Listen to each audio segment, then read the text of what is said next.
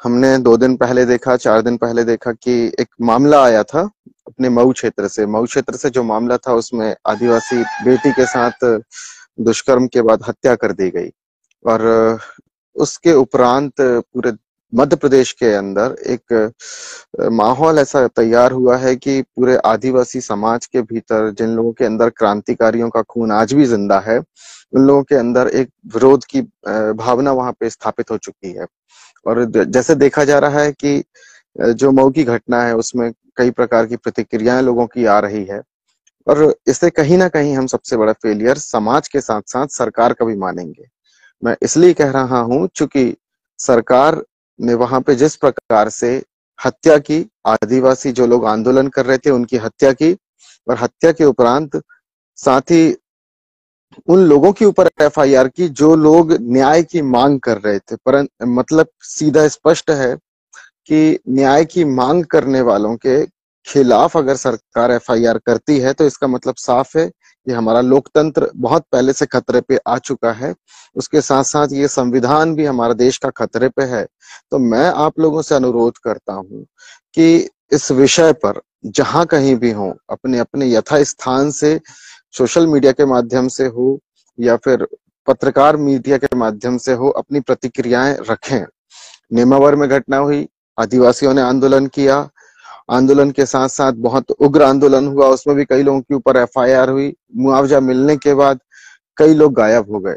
और उसके उपरांत देखा और गया कि और भी अन्य घटनाएं हुई। सिवनी में घटना हुई, सिवनी के घटना के उपरांत वहां पे 3 आदिवासियों की हत्या का प्रयास किया गया जिसमें से 2 लोगों की मौत हो गई। उसके बाद मैं जबलपुर गया था, वहां पे भी एक इसी प्रकार की एक घटना समझ में आई कि गैर आदिवासी के द्वारा आदिवासी लड़कियों का जो शोषण किया जा रहा है उसका मसला आया। और एक और मसला था जिसको मैं सार्वजनिक नहीं कर सकता, परंतु अपने जबलपुर में ही गैर आदिवासी के द्वारा संपर्क में आने के बाद एक लड़की सुसाइड करने के लिए जा रही थी, उसे हमने बचाया और उसके बाद अभी उसकी शादी हुई है। और इस प्रकार से कई मसले ऐसे हुए हैं। तो ये हमारे समाज को सीख कर कुछ ऐसा नियम और कुछ ऐसा प्रबंध तैयार करने की अति आवश्यकता है जहां से हम आने वाली पीढ़ी को संरक्षित करने का प्रयास यहाँ से मुकम्मल रूप से तैयार कर सकें। यदि हम प्रयास करते हैं कि हमारे समाज के सभी लोगों को हम संगठित करें और संगठित करने के साथ साथ उन्हें हम जोड़ें कि वे समाज के महिलाओं के साथ जो अत्याचार हो रहा है उसके खिलाफ वो आवाज उठा सकें। और ये हमारे लिए बहुत जरूरी है कि समाज में जो महिलाओं के साथ अत्याचार होने की नौबत क्यों आ रही है, इस पे हमारे समाज को चिंता करना होगा और निर्णय तैयार करना होगा। हमारे समाज में देखा गया है कि हम कहीं ना कहीं ऐसी परिस्थितियां या हम ऐसी व्यवस्थाओं का निर्माण नहीं कर पाए हैं। आज भी हमारे समाज के बहुत से लोग हैं जो गैर आदिवासियों के ऊपर निर्भर होते जा रहे हैं। हमें इस बात को समझना होगा कि जब हम संविधान पढ़ते हैं और संविधान में ट्राइबल्स की आइडेंटिटी की बात करते हैं तो हम मार्जिनलाइज्ड कम्युनिटी है, मतलब कि हम उन लोगों की तरह नहीं है। हम लोग एक अलग आइडेंटिटी है, हमारी एक अलग पहचान है। हम उनकी कॉपी क्यों करें, हम उनको क्यों इतना ज्यादा उन पे इन्वॉल्व हो जाएं। उनका हम सम्मान करते हैं, परंतु सम्मान करने के साथ साथ हमें अपने समाज की व्यवस्थाओं का निर्माण करना भी बहुत जरूरी है। और रही बात कि यहाँ पे मैं सीधा कहता हूँ कि शिवराज सिंह चौहान जी की जो सरकार है और जो नरेंद्र मोदी की जो सरकार है वो आदिवासियों के प्रति बहुत ही असंवेदनशील हो चुकी है। और उसके साथ साथ वो आदिवासियों को निर्दयता से मारने का एक पूरा जिम्मेदारी भाजपा सरकार ने ले चुकी है, क्योंकि जितना हत्याकांड, जितना दुराचार आदिवासियों के ऊपर कांग्रेस और भाजपा की सरकार के काल पे हुआ है उतना शायद ब्रिटिश काल पे भी नहीं हुआ होगा। क्योंकि ब्रिटिश काल पे हमारे आदिवासियों के संरक्षण के लिए टंटे मामा जिंदा थे, हमारे आदिवासियों के संरक्षण के लिए बिरसा मुंडा जिंदा थे, हमारे आदिवासियों के संरक्षण के लिए राजा शंकर शाह, रघुनाथ शाह, रेंगा कोरकू और बहुत से हमारे जो दक्षिण क्षेत्र पे जाते हैं तो दक्षिण क्षेत्र पे हमारे को देखने को मिलेगा कि हमारे कई ऐसे नायक थे जो वहां पे जिंदा थे। उन लोगों ने क्या किया, आज पूरे दलित वर्ग के साथ जो आदिवासी हैं, जो मार्जिनलाइज कम्युनिटी हैं, शेड्यूल कास्ट हैं, और पिछड़ा वर्ग के लोग हैं, इन सभी के संरक्षण के लिए एक प्रयास किया। और उसी प्रयास का नतीजा था कि हमको संविधान में विशेष अधिकार प्राप्त हुए। परंतु जो भाजपा सरकार आज सत्ता पे सत्तारूढ़ है, वो स्पष्ट कह रही है कि हम सत्ता पे संविधान बदलने आए हैं। और संविधान बदलने का मतलब स्पष्ट है कि वो आदिवासियों को खत्म करने, उनके अधिकारों को खत्म करने, उनसे उनकी जमीन छीनने, उसके साथ साथ जो जिंदा आदिवासी हैं, जो समाज के लिए आवाज उठा रहे हैं, उन लोगों की हत्या करने के साथ साथ उन्हें जेल में डालने का कार्य यहाँ पे आज की सरकारें कर रही हैं। मैं स्पष्ट कहना चाहूंगा कि हमें जो मऊ में जो कांड हुआ है, उस मसले को लेकर गोंडवाना गणतंत्र पार्टी के तत्वाधान में सिवनी में 20 तारीख को बड़ा जंगी आयोजन होने जा रहा है। मैं आप सभी से अनुरोध करूंगा कि 2 दिन के उपरांत 20 तारीख को आप सभी ज्यादा से ज्यादा संख्या पे सिवनी में आने का कष्ट करें, ताकि हम कम से कम शांत ना बैठते हुए अपनी आवाज, अपना विरोध सरकार के समक्ष प्रस्तुत कर सके। ये हमारी एक नैतिक जिम्मेदारी और हमारा एक मौलिक अधिकार भी है। इसी के साथ साथ कहना चाहूंगा कि जो भी आगंतुक, जो भी आंदोलन में शरीक होने के लिए सिवनी में आने जा रहे हैं, उन सभी को आप मुझसे संपर्क कर सकते हैं। मेरा सोशल मीडिया हैंडल पे मेरा नंबर डला हुआ है, या फिर आप वहां पे मेरे घर का एड्रेस गूगल में सर्च कर सकते हैं, आपको मेरा एड्रेस भी मिल जाएगा। मैं आप सभी के यहाँ पे आने की व्यवस्था देख लूंगा और उम्मीद करता हूं कि हम ज्यादा से ज्यादा मामले पे अपना बात रखें, मुखर होकर सरकार का विरोध करें। क्योंकि सरकार जिस प्रकार से आदिवासियों का मर्दन कर रही है, सरकार जिस प्रकार से आदिवासियों के अधिकारों का मर्दन कर रही है, वो हमारे लिए संज्ञान पे लेने की जरूरत है।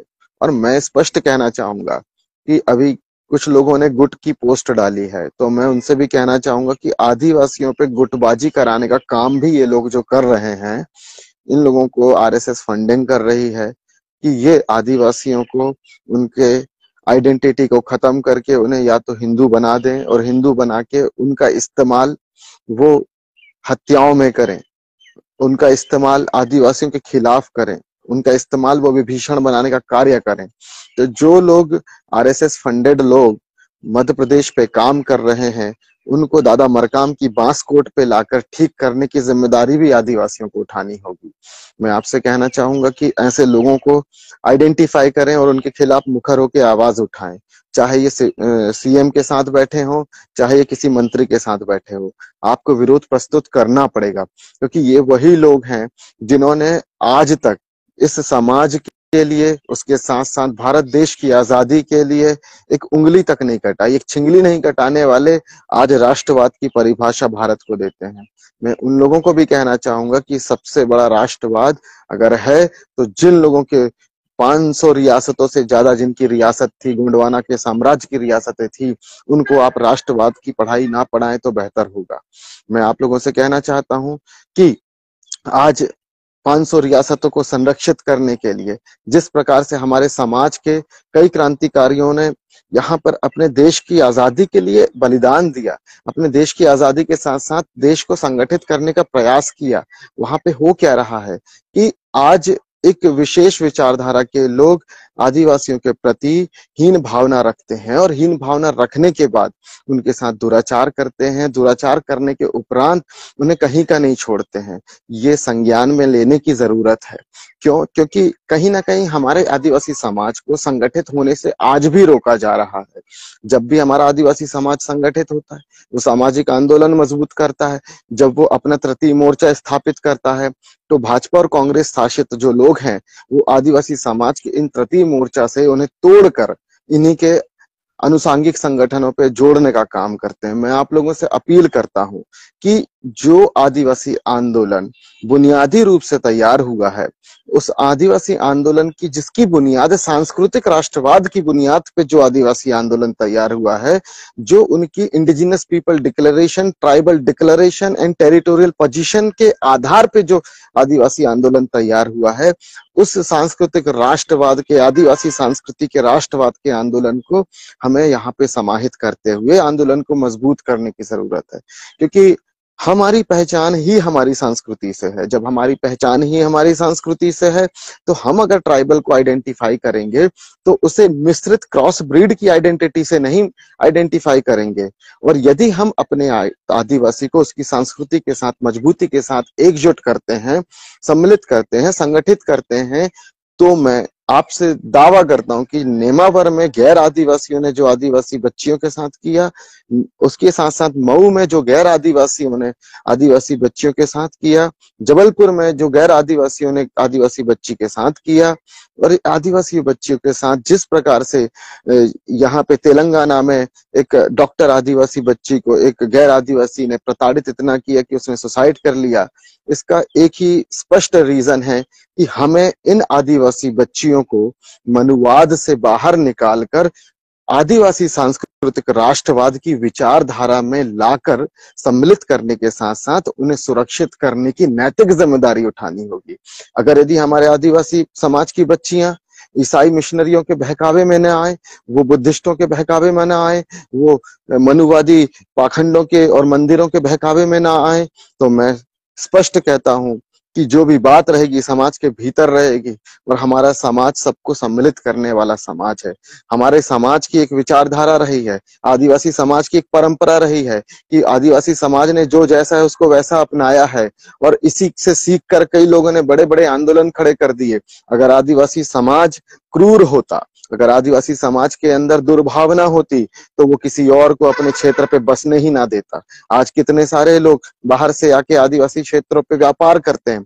आदिवासी समाज सरलता से, सुगमता से उनके साथ मिलता है, उनके साथ जुड़ता है, परंतु वहां पे देखा क्या जा रहा है कि जो लोगों को हमने प्रेम पूर्वक अपने क्षेत्र पे स्थान दिया है, वही लोग हमारे आदिवासियों के शोषण का कारक बन रहे हैं। तो कहीं ना कहीं सरकार को यहाँ पे रूढ़ी परंपरा 13-3 का के द्वारा शासित जो व्यवस्था है उसको स्थापित करने की रेस्पॉन्सिबिलिटी वहां पे उठानी होगी कि अब अभी तक आपने जितने भी आदिवासियों को बसाया है, ठीक है, बसा लिया है, परंतु आने वाले इस 2023 के चुनाव के पहले यह प्रण हमको आदिवासी क्षेत्रों पे पहुंचाना होगा कि आदिवासी क्षेत्र पे अब यदि पोस्टिंग होगी तो सिर्फ ट्राइबल की ही पोस्टिंग होगी। ट्राइबल क्षेत्रों पे सिर्फ ट्राइबल की पोस्टिंग के साथ साथ वहां पे जो भी नए व्यावसायिक उपक्रम, जो भी नए वहां पे पराक्रम वहां पे तैयार होंगे, उन सारे कार्य को, सारे संस्थानों को सिर्फ आदिवासियों के संचालन के अधीनस्थ रखा जाए, ऐसी विशेष विचारधारा को हमको स्थापित करना होगा।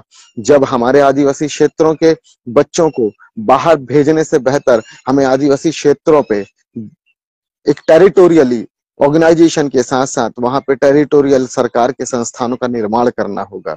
आज कुछ लोग कहते हैं कि हमने आदिवासी लोगों की नौकरी लगाई। अरे भैया, आदिवासी समाज को नौकरी से ज्यादा जरूरत उसके क्षेत्र पे उसके अधिकारों को देने की है, उसको न्याय देने की है। आज आदिवासियों के साथ जो अन्याय हो रहा है उससे बचाने की है। उसके साथ साथ ये सारे न्याय सिर्फ एक ही मार्ग से आ सकते हैं, और वह मार्ग है आदिवासियों के सांस्कृतिक राष्ट्रवाद का मार्ग।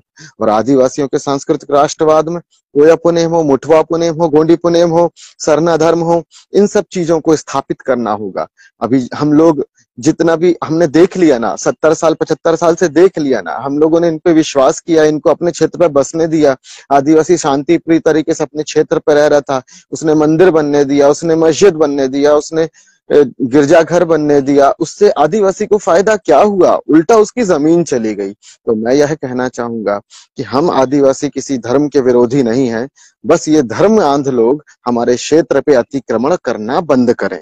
इसके लिए आदिवासी समाज को संगठित करना होगा। हमको जरूरत होगी, हम तुम्हारे मंदिर में आके भी मत्था टेक लेंगे, हम तुम्हारे दूर के गिरजाघर में भी घूम लेंगे, हमको जरूरत होगी हम तुम्हारे मजार में आके भी मत्था टेक लेंगे, परंतु हमारे क्षेत्रों पे इस प्रकार के क्रमण को अंकुश लगाते हुए हमारे आदिवासी समाज के बहु बेटियों की रक्षा करना, उसके साथ साथ हमारे आदिवासी जो युवा हैं उनकी हत्याओं से उनकी रक्षा करना, सरकारी जो तंत्र है उसके द्वारा जो आदिवासियों को जो फेक एलिगेशन लगा के अंदर किया जाता है। जैसा देखा गया कि यहाँ पे 5 लीटर शराब के स्थान पे 7 लीटर शराब लिख दिया गया, पानी मिला के ही सिवनी क्षेत्र पे उन आदिवासियों को जेल पे डाल दिया गया। ये षड्यंत्र है। ये षड्यंत्र किसका षड्यंत्र है?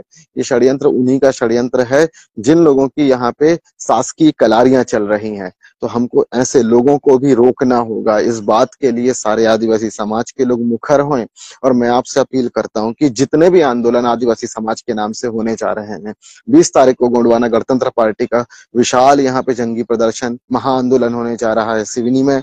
आप सभी सिवनी आइए और गोंडवाना गणतंत्र पार्टी के तत्वाधान पे आयोजित इस आयोजन पे, इस आंदोलन पे अपनी बात रखने के साथ साथ उसके उपरांत भी 2 तारीख को एक बड़ा आंदोलन सिवनी में होने जा रहा है, उस पे भी आप 2 अप्रैल को भी आइए। और इस प्रकार से क्रमशः मैं आपको बताना चाहूंगा कि सिवनी एक ऐसी भूमि है जहां से गोंडवाना का आंदोलन ऐसा मुखर होकर तैयार हुआ कि यहाँ से प्रज्वलित दियों ने पूरे भारत देश के अंदर चिराग जलाया। आज हमारा राविन शाह भाई है, मैं अंशु शाह मरकाम यहाँ पर हूँ, हमारे और भी जो जिला अध्यक्ष हमारे कुमरे जी हैं, हमारे साथ और भी राजा भैया जैसे महान लोग हैं। तो ये सभी लोग यहाँ पे सिवनी से गोंडवाना आंदोलन की बागडोर को थामे हुए हैं। और गोंडवाना आंदोलन की बागडोर को थामने का कारण सिर्फ स्पष्ट है कि मनुवादी ताकतों को, पूंजीवादी ताकतों को हमें रोकना होगा, ताकि हम बेहतरीन तरीके से अपने समाज के लोगों का जीवन सुरक्षित कर सकें। और उसके साथ साथ आप जिस भी क्षेत्र में काम कर रहे हो, आप जिस भी प्रकल्प में काम कर रहे हो, आप करो, परंतु आदिवासी संस्कृति का सम्मान और उसको मान सम्मान दिलाने का कार्य भी तो करो, तो माना जाए कि आप एक्चुअल में ट्राइबल का ओरिजिनल औलाद हैं। अन्यथा यदि आप ट्राइबल की संस्कृति को स्थापित करने, उनकी 1951 के उपरांत बंद कर दी गई जनगणना को फिर से आरंभ करने का अगर प्रयास नहीं करते हैं, तो यही माना जाएगा कि आप मनुवादी या फिर आप टेररिस्टों या फिर आप ईसाई मिशनरियों या फिर आप पूंजीवादियों के द्वारा आदिवासी क्षेत्र पे छोड़े गए वो विभीषण हैं जो आदिवासी संस्कृति को सम्मान से स्थापित करने का प्रयास नहीं कर रहे हैं। तो मैं आप लोगों से बस यही अपील करूंगा कि यदि आपको मेरे द्वारा कही गई बात से आप सहमत हैं तो हर किसी तक पहुंचाइए। हम सभी का सम्मान करते हैं और मैं अनुरोध भी करता हूं कि इस दुर्घटना के बाद, इस दुर्दांत घटना के बाद भी आपका जमीर अगर जागा हो तो भाजपा कांग्रेस के दामन को छोड़कर आज हमें अपने आदिवासियों के सांस्कृतिक राष्ट्रवाद के नाम पे चलने वाले संगठनों से जुड़ते हुए आदिवासियों की शक्ति को राजनीतिक रूप से तैयार कर सत्ता पे काबिज होने की जरूरत है, ताकि यदि गृह मंत्री हमारा होगा, हमारी पार्टियों का निर्मित गृह मंत्री होगा, तो किसी आदिवासी के ऊपर कोई पुलिस वाला यूं ही फायर नहीं कर देगा। यदि हमारा वित्त मंत्री होगा तो आदिवासी क्षेत्रों पे जो आंकड़ों का खेल होता है उस पे घोटाला नहीं होगा। यदि मुख्यमंत्री की बहुत बड़ी बात मैं नहीं कहूंगा, मुख्यमंत्री अगर बनाना है तो आदिवासी बना सकता है, उसके लिए सिर्फ आदिवासियों को संगठित होकर और ये एक दूसरे की टांग खींचने के स्थान पर आपको पोलराइज होना होगा, आपको संगठित होकर कंसोलिडेट होना होगा, ट्राइबल लीडर्स को कंसोलिडेट होना होगा। क्यों? क्योंकि देखिए यहाँ पे बात स्पष्ट है कि जो लोग आदिवासियों के जो मामले हैं, जिन आदिवासियों के मामलों में आज दखल दे रहे हैं, इन लोगों ने आदिवासी संस्कृति के संरक्षण के लिए कभी कोई प्रयास नहीं किया। उल्टा इन्होंने आदिवासी संस्कृति को किसी और की संस्कृति का अग्रज बताने का प्रयास किया, जबकि इन्हीं के विचारधारा के जो अनुसांगिक संगठन के लोग कहते हैं कि भाई जो आदिवासी हैं वो सबके पूर्वज हैं। कौन कहता है? मोहन भागवत कहता है कि आदिवासी सबके पूर्वज हैं। जब यही लोग कह रहे हैं कि आदिवासी सबके पूर्वज हैं, इनके पूर्वज हैं, तो ये होते कौन हैं जो आदिवासियों को इनका बच्चा बताने का प्रयास कर रहे हैं? ये वही लोग हैं, विभीषण लोग हैं, जो आदिवासियों की आइडेंटिटी को खत्म करने के साथ साथ ये आइडेंटिटी के साथ साथ ये वही लोग हैं, इनको भी पहचानिएगा, ये वही लोग हैं जिन्होंने आदिवासी समाज में विवाह भी नहीं किया है।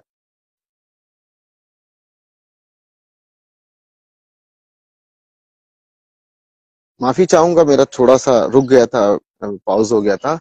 ये वही लोग हैं जो आदिवासी संस्कृति का विरोध जो कर रहे हैं, वही लोग हैं जिन्होंने आदिवासी समाज में विवाह भी नहीं किया है। इन लोगों से हमको सजग होना होगा, बचना होगा और क्रांति की इस लड़ाई को खड़ा करना होगा। मैं आप लोगों से कहता हूं कि आप जो भी हैं, आप मेरा नंबर लीजिए 9171899750। 9171899750 ये मेरा नंबर है। कॉल कीजिए, संपर्क कीजिए अगर आपके अंदर आदिवासियों के प्रति, उनके संस्कृति को स्थापित करने के प्रति और आदिवासियों को संरक्षित करने की थोड़ी सी भी भावना आपके अंदर मौजूद है तो आप बेशक मुझे कॉल कीजिए। अभी मैं शांत बैठकर देख रहा था, कुछ लोगों को आइडेंटिफाई कर रहा था, कुछ लोगों को समझ रहा था कि किसके कनेक्शन कहाँ पे हैं, किसके कनेक्शन कहाँ पे हैं। इन सारे कनेक्शन को आइडेंटिफाई करने के उपरांत अब ये सारे कनेक्शन का बखेड़ा मैं मंच से खोलना चालू करूंगा और लाइव के माध्यम से भी चालू करूंगा। मैंने देखा कि जो लोग भाजपा और कांग्रेस पोषित लोग हैं वो आजकल मेरा कुछ ज्यादा ही विरोध कर रहे हैं। वो हमारे राजनीतिक दल में भी हो सकते हैं। ये वही लोग हैं जो 2014 तक मोदी जी को वोट मांग रहे थे, वही लोग आज मेरा व्यक्तिगत रूप से विरोध करते हैं, क्योंकि मैं स्पष्ट बात रखता हूँ। मैं कटाक्ष भी रखता हूँ तो स्पष्ट रूप से रखता हूँ। मेरे को कोई फेक फेमिनिज्म मुझे नहीं चाहिए। मेरा ये कहना है कि मेरा एक ही उद्देश्य है कि हम सशक्त कार्यकर्ताओं का निर्माण करें, ऐसे कार्यकर्ताओं का निर्माण करें जो पूरे देश के आदिवासियों को जोड़ने का कार्य कर सके। ऐसे आदिवासियों के लिए हमें तन मन धन से सहयोग करना पड़े तो हम वो करेंगे। और इसी के साथ मैं धन्यवाद करता हूं आप सभी लोगों का कि आप मेरे इस ब्रॉडकास्ट पे आए। और इस ब्रॉडकास्ट के उपरांत मैं आप सभी से अपील करूंगा कि आप इस ब्रॉडकास्ट को ज्यादा से ज्यादा लोगों तक पहुंचा के उनको शेयर कर दें, उन्हें बता दें कि हमें इंस्टेंट ग्रेटिफिकेशन से बचते हुए कुछ लंबे वीडियो भी देखने की जरूरत है जिसपे हमारे समाज का संदेश स्थापित है।